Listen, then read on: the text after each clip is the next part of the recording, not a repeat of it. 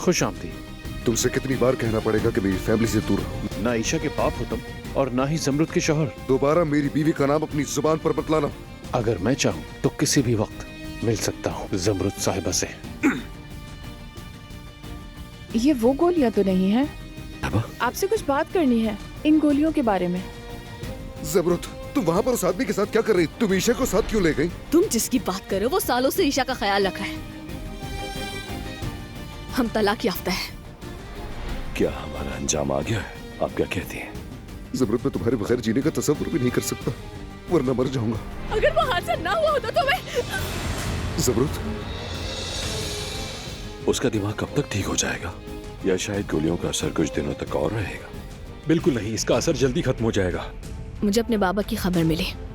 मुझे उनके पास गांव जाना है। मैं चाहती हूँ खानदान का कोई फर्द साथ हो मेरे।